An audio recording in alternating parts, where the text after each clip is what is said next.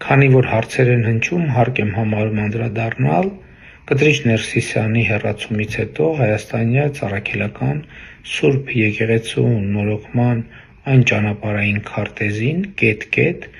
որը մի քանի օր առաջ հրապարակել եմ եւ հերթով մեկնաբանել այդ կետերը եւ բարձաբանել։ Առաջին կետը վերաբերվում էր կաթողիկոսական տեղապահի ընտրությանը, որը իրոք առաջին քայլն է, եւ այդ առումով պիտի ասեմ, որ կարեւոր է, որ դա տեղի ունենա այս պահին հայաստանյա Ծառաքելական Սուրբ Եկեղեցում գործող կանոնների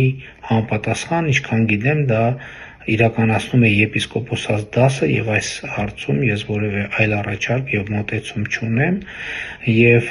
ուզում եմ ասել, որ կաթողիկոսական տեղապահի առաջնային գործը պետք է լինի հայաստանյա Ծառաքելական Սուրբ Եկեղեցու նոր կանոնագրքի ընդունման process-ի կազմակերպումը։